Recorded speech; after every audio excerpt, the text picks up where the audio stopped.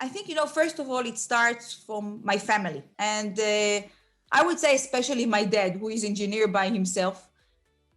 We are three girls. I have two sisters. I'm the oldest one. And my father always wanted a boy, to follow him, to learn, to go to the same path.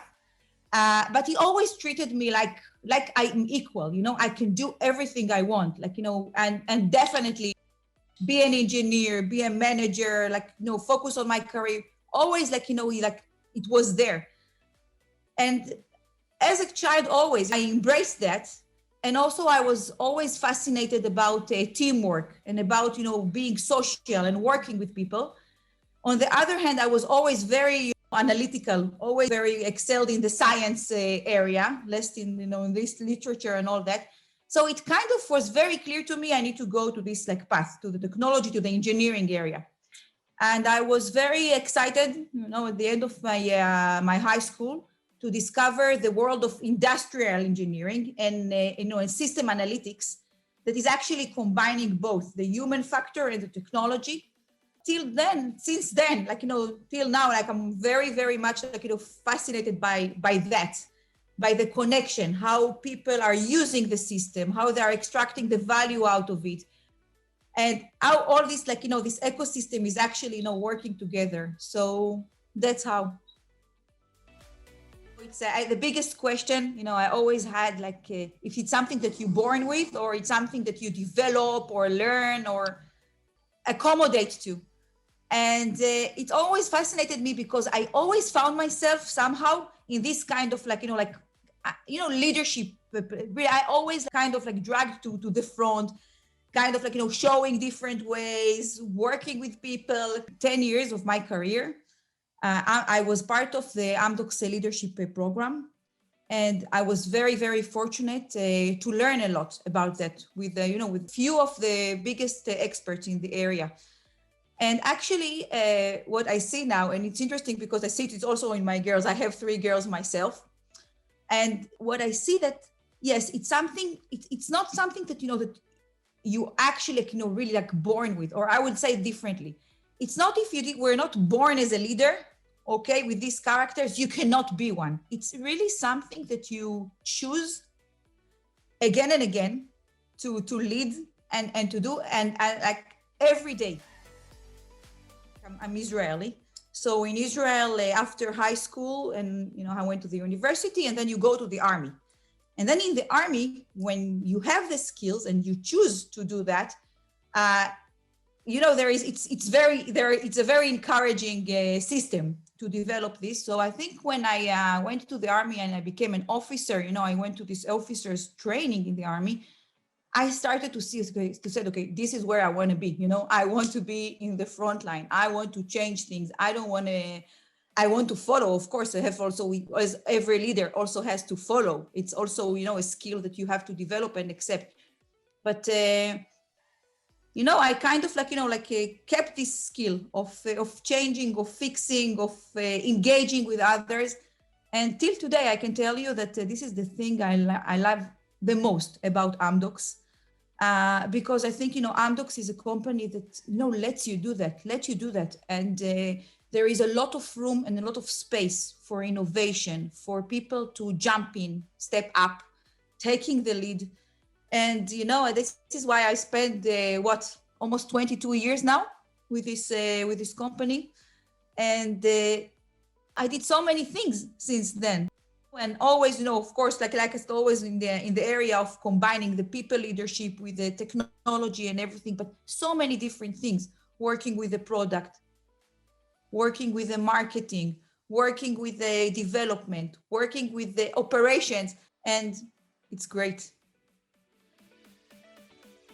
I'm very active. I love sports, okay, from very young age.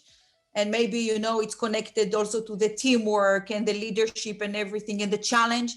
So sport is where I find it. So I was, running a lot as part of, the running team in school and everywhere. So today I run less, but I do a lot of yoga, Pilates, traveling, walking a lot.